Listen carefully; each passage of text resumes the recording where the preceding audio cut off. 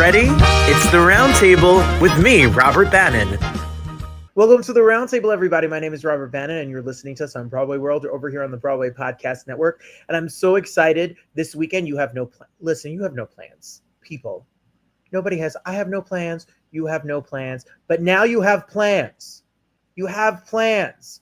Because Louis Flinn is coming to New York with a show with incredible guests, Julie Benko, Susanna Phillips. You have to get tickets. You have to go see the new Laurie Beachman Theater. You have to go support live music. And you have to hear the stories about Louis. Louis has written, I don't know, in his bio, over 50 Broadway, Off-Broadway, and regional productions you've composed the scores and songs for. And he's got a family and a dog and a husband and a life. How does he have time? I have so many questions. And he's going to sing all 50 shows in their entirety for you this week. Louis is here. Welcome to the Roundtable. Welcome to your debut. Your debut. You're here. Woo-hoo. Hello. Thank you. That was great. Are you not doing all 50 shows in there? I'm not doing all 50. I promise it'll be about an hour as opposed to a marathon. That sounds like an immersive experience that I don't think many people will. An hour is good for my ADD. I think that's perfect that's enough time for you to have a drink, enjoy the music. Or two. Absolutely. Or two. So when did you come up with the idea that you were going to come back, do the show in New York? And what is the show going to be about? Well, it's kind of come across pretty quickly. I was in this new theater. They want to develop new material. And so they asked to do, for Pride Month, a musical of mine called Like Love. And we were going to do it both weekends. And then the lead actress got COVID, which, believe it or not, is still a thing. So we had to shift gears, and I didn't want to have their beautiful new space be dark on sort of a prime weekend. So I dug deep and put together songs from my catalog, if you will, and called up some of my powerhouse singers and putting it together. And you're putting together a show, and it comes up. We want everyone to know that you can get your tickets while they last. Go to thebeachman.com. The link will be below, but go to thebeachman.com. You can get your tickets for $30, Louis. I think 30. It's 25, 30. I don't know. Yeah. Yeah. You can't get a pizza. You can't even get a bucket of chicken in New York City for $25 or $30. So yeah. And for those that don't know, I mean, I think probably the theater community knows Julie Benko. She was, Funny Girl and the Carlisle Cafe, huge singer. Susanna Phillips might not be a name that everybody knows, but I think she's arguably our country's finest soprano. She's the principal at the Metropolitan Opera. She tours the world. She was, she's Mimi in La Boheme. She's the lead of every opera. And to hear a voice like that in a room that small is really amazing. Listen, this is your opportunity to see her in a space. I mean, I don't think there's a seat further than 30 feet. I mean, it is an intimate, great space, great drinks, great food. Tom and Michael did a great job renovating the place, and I'm excited for you to do the show. So you're going to perform, they're going to perform. Yep. And I'm going to be performing songs that go back quite a long way. Lyssa Strata-Jones was my Broadway show, and there are several songs from that were originated back when I had a band in New York in the 90s called Acoustic Blue. So instead of trying for me to pull off, Patty Murin's big End of the Act, Where Am I Now solo, I was like, I'm not doing that. And I didn't want to be like acty with this. So I'm going back to original versions with original lyrics for several songs, and debuting a lot of new stuff or new to the theater world. And that spans from the 90s, from Lyssa Strata-Jones. There's something sort of from each show, from Tu Wong Fu, from my upcoming musical Hood that's coming in next season. So it should be a pretty diverse selection. Can we talk a little bit about your catalog and the shows that you've created and been a part of? Sure. So you went to a fancy college. Well, yeah, I made it through. I'm from New Jersey, so he He went to Princeton, everybody, so he's fancy. Yeah, that musical theater hotspot. Did you go there for songwriting or for musical theater? I grew up classically. So I was like the kid practicing 5 hours a day, classical piano all through high school. I was playing with orchestras. I'd never listened to the radio. I was interested in musical theater. But mainly just in school musicals and stuff. But compositionally, it was all piano concertos, string quartets, things like that. So when I went to Princeton, I was a music major, but it was very, classical, avant-garde stuff. I was the only tonal composer. I was involved there with this theater troupe called the Triangle Club, which was the musical theater group. I actually was there with Brooke Shields, a big theater name now, and I wrote her big senior song in our Triangle show. She's unfortunately not available to do that on Friday, but so that's sort of where I got going in musical theater. And so then when was the decision made, or how did it happen that you went from classical music and to being a musical theater composer? Well, for my Princeton, you have to write a thesis, a big final project. And I wrote a musical drama of Antigone that was then performed. It was sung through, orchestrated. And then a company did it in New York right after sort of I graduated.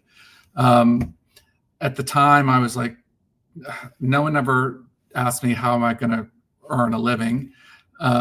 So I started veering off in lots of paths. I started this band, Acoustic Blue. I started doing theater, writing mainly scores for plays off-Broadway. Started writing music for commercials. I started jingle singing, just really anything to pay the bills. And over those 90s, everything started going up career-wise. And I started getting involved with new dramatists. They had a composer librettist studio, and I met a lot of playwrights. So that's when I started doing more musical theater writing. And I did a lot of, for years, scoring of plays that also involve songs. So when I started working with Charles Busch, like I did Die, Mommie, Die, which was a huge score, because I also produce and I have my own studio from the commercial world, but I would write all the songs for him that they would lip sync. And so I did that with Divine Sister, and gosh, one thing led to another. Then I started working with my husband, Douglas Carter Bean, and we started with Lysistrata Jones, and now we've gotten 4 or 5 projects. What's amazing, he's being very modest, everybody. What's amazing is that his commercial writing, which is nothing to poo-poo about, like there's commercial writing and then there's writing Coke jingles and there's writing car jingles. Like these are like national commercial campaigns, and then television, game show theme songs played on television, etc. So you did get a funny story, not to break in, but I was doing all the commercials. So I had those chops, and I wrote the score for Little Dog Laughed off-Broadway. And then when it was on Broadway, that was my husband's show. It was back in 2007. It's actually a revival coming up. Keep your eye out. But the producer of this game show, Who Wants to Be a Millionaire, happened to be seeing the show and listened to the music and was like, wow, I think this would be perfect for a game show, and literally called me out of the playbill. It's never happened. And that launched this whole bizarre career, which was really a blessing because we had 2 very young kids at the time. And I mean, compositionally, it's da-da-da, dum, bum, bum, bum, bum. And in TV, you get paid not by the quality, but by the quantity. And there's a lot of music in those shows. So it was a real blessing. Raise those babies on some game show and television money. Dun, dun, dun, send. Dun, dun. It's great. Yeah. Or when you write a full piece, and let's take Broadway, for example, and Lysistrata Jones, for example, when that show gets birthed and it grows and it goes until it gets to Broadway, is, not to be controversial, but is reaching the pinnacle of it being on Broadway, was it what you thought it was going to be? Was it harder? Was it do you look at the rat race to get shows seen as a fun challenge? Is it the hard part of being the business side of writing? How do you sum it up? Yeah, it's kind of torturous, really. And every show that I've been involved in, and Doug, my husband, who's had more, I think would say the same thing. Every show has a slightly different path. None of them seem to be as simple or easy as they can be. And Lysistrata Jones was a kind of an amazing story, and I don't think it's been replicated since. We have had a great relationship. Not it's time has passed, but with the Dallas Theater Center. So we debuted it down there. It was called Give It Up, and it did really well in Dallas. We had Andrew Rannells, Patty Murin. It was a great cast, got great reviews. And the way they do it in regional theaters, they only run it for a short time, and the reviews only come out like a week before the run ends. So by the time the reviews came out, it was February and there were storms and people couldn't come down to see it. So we came back to New York and then decided, well, let's just do it off-Broadway. So we basically self-produced it off-Broadway. We actually built the theater for it in Judson Memorial Church, which we happened to go to down on Washington Square. It's now called the Gym at Judson. And did it, and it opened in June. And the reviews were great. And the producer came to the audience. I want to move this to Broadway. And it was opened on Broadway 6 months later, all with the original cast. So that was really exciting. Of course, it didn't last very long because I think for a variety of reasons, but that trajectory doesn't happen much anymore.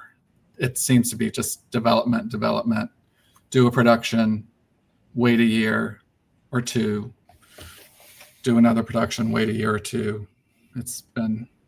Yeah, it's a rat race. And you have some shows that are in productions or going into productions or working on productions, etc. So you want to tell us a little bit about two in particular. I know Tu Wong Fu. Is Tu Wong Fu coming to the UK? Is it going to Europe? Well, we opened it. So yeah, Douglas Carter Bean, my husband, wrote the film Tu Wong Fu, and he was smart enough back in the day to retain the theatrical rights to it, which is kind of unheard of now because Steven Spielberg produced it. It was a big thing. So finally, after many years, he said, let's make this a musical. So I took the screenplay, and it's almost, I love the piece. It's definitely a musical, very traditional, but it's also very sung through. It's kind of a sung through score. And we're getting things started without a producer in the States is quite hard. Even regional theaters really require a producer, and we just wanted a faster track. So we took it to England. We work a lot in England, and theaters there, we were able to put sort of a great production, but scrappy, kind of like we like to do. It had full costumes, not full orchestrations, but we got it done over there and very well received. And now we think we want to open it here, particularly in these times. We think it needs to happen. Yeah, Make America Drag Again. Make America Drag Again is my favorite, line underneath the musical, maybe. Yeah. I'm so excited because when I think of that movie and Wesley Snipes and Patrick Swayze and John Leguizamo, I think of that movie and how ahead of its time it really was. And how upsetting that it is sadly so topical now. It really does need to get done here. So we have some production slated next spring and summer to come in. Producers, I think everybody's looking kind of in shell shock now, and not that the show is ever political, but just by the fact of who the characters happen to be, it has taken on a resonance in this unfortunate times. Absolutely. So be on the lookout for that. While we're talking, everybody, you can, of course, get your tickets for this Friday at thebeachman.com is we can get your tickets. You can go to lewisflinn.com and you can see all of the projects and all the information. You could also follow on Instagram as well. All the links are going to be below us. So when you get an idea for a musical, you're the composer. I know your husband works in this world. So take your new baby. Take Hood, for example. Oh, gosh. Robin Hood Musical Adventure. Yeah. What are you just sitting around and I don't know, Russell Crowe movie comes on and you say, let's make a musical? How do you come up with the idea? That's Doug. So that I'm unfortunately not great with that initial big picture. So, working with Doug, at the time we had a great relationship. We were working a lot with the American Academy of Dramatic Arts, and they have what's called a company year, where they have sort of 20 to 22. It's like their graduate program. And we were given 6 weeks to fully do a piece. So we did this with Hood. We did it with Tu Wong Fu. We did it with Fairycakes. We did it with, he did it with another, oh gosh, I'm blanking, another show. We did it with the piece called Up With America that Julie Binko's now in. And it was wonderful because we would write it very quickly, use the cast. And what's great, because it's not really for musicals, but they're great actors. So the performances are always good. And we developed all our shows there. So we started Hood there. And then we end those 6 weeks, and here's our new musical. And I have a great demo recording of it. We take the kids in the studio. So it's a real good, and the production, we produce it at the end. And at the theater, they do all the sets. It's pretty amazing. So it's fully costumed, it's a whirlwind. And then in the case of Hood, we then were to the year at London at the Royal Academy, and then we got it back into a slot in Dallas, to the Dallas Theater Center. So we did that. That was, 2017. Then commercials producers came on board. We shifted. They wanted to bring it in, and it conflicted. Doug had directed it, and so we had to do a director change because he was busy. And then COVID happened, and that delayed it. And then we recast, and then it was in Sarasota in Florida 2 years ago. And then we wanted to recast. We had to recast. We did another workshop, and now we're finally, it's one of those things where you're really into it and then nothing for a year. So, yeah. Yeah, and then you open it back up, and it's like finding an old baby, an old partner, an old somebody, and you remember. Yeah. It's amazing. I don't think people realize the length of time that goes into. Yeah, it takes a long time, but it's not like you're working on it. I mean, it's not like I'm toiling 10 hours a day for 10 years on this thing. It's, writing it very quickly, and then it just sits there. Or we do a big demo recording. So that's a big, a few weeks it's on the front burner, and then nothing. So, yeah, unfortunately, the time, it just seems to be a lot of waiting. A lot of stars have to align. Just think whenever a show gets on into a Broadway theater, whoever it is, it's a mini miracle. It is really the amount of lifting and negotiating and all between the cast and the creatives.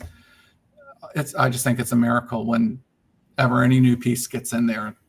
So. Well, we're excited about this. I'm sure we're going to hear some of the music at the show. I'm sure we can get a sneak peek at this. We can be following you, and we could be on your website to see when the next updates are going to be, where these shows are going to be, and see the life cycle of these shows. Yeah. As a personal question for you, sure. as a newly married gay, I'm married for three weeks here. Wow. So how are you both creatives, professionals, fathers? Yes. What's your advice to juggling your life and all the expectations and requirements of what you all do? Well, I think the great thing about gay marriage is there kind of no rules. There are no societal expectations that you grow up with of roles. So I definitely think in our relationship, I think any relationship, it's a yin yang. I have strengths, Doug has strengths, and it's knowing how our pieces fit together to work best as a team. And our kids are now older. They're 18 and 20. My 20-year-old son is here at NYU, studying abroad next year. And my daughter just graduated high school and going off to college in Lehigh. And they've grown up backstage. The challenging part, when we, for example, were doing Lysistrata Jones down in Dallas, they were very young. They were, 5 and 3. So we had to take them out of school. We had to take the dog. We had to arrange childcare down there. So there were a lot of logistics looking back to particularly when we're both on a project, which was a lot sort of in their formative years. But they loved it. They know everybody. They spent a lot of time backstage. I did feel a little bit like a bad parent with Lysistrata Jones because it's all about, sex and withholding sex. But they were too young to know. They didn't know. That's good. Now, but now look at them. NYU, Lehigh, grown. You did it. You ran the race. You did it. It's inspirational and it is wonderful to see. And you did it at a time. Well, we're still in those times where we need to be pride in every day. Fighting to love people and people to love one another and create families and all of those great, amazing things. So there's a great organization called Family Equality Council, which was the only national gay political lobbying group specifically for gay families. And when we started out, like they had an annual benefit in Tavern on the Green, and I think there were maybe 25 people that would come. And it's now grown, not thanks to me, but Nick Scandelius. A lot of the theater community has really expanded. It's this huge organization now. They do this annual benefits, like 800 people. It's on the pier. It's really impressive. So yeah. Well, we'll put the link. We'll put their link in there as well in case anyone out here is looking to get involved or find out more information. Wow. I love your story. I love that you made it all happen. I love that you're going to perform these songs this week. And I love that people have the chance to come out and see it and support the Laurie Beachman, support the theater, support the Songbook, and then support live performances. We need to support that literally more than ever. Congratulations. What a joy. Thank you. So be on the lookout, everyone. Hood is coming. Tu Wong Fu, the musical, is coming. And if you're in New York City this week, Friday night, Louis Flinn with Julie Banco and Susanna Phillips is coming to the Laurie Beachman Theater. You got to get your tickets. All you got to do to grab your tickets is head over to thebeachman.com, and you can get your tickets. You could have a risotto ball and live your best life right there at the beach. That's a classic. The classic. Thank you so much. Congratulations. We look next time you have a project, next time a show is announced, please come back. My show is your show anytime. Oh, thank you so much. It was a pleasure.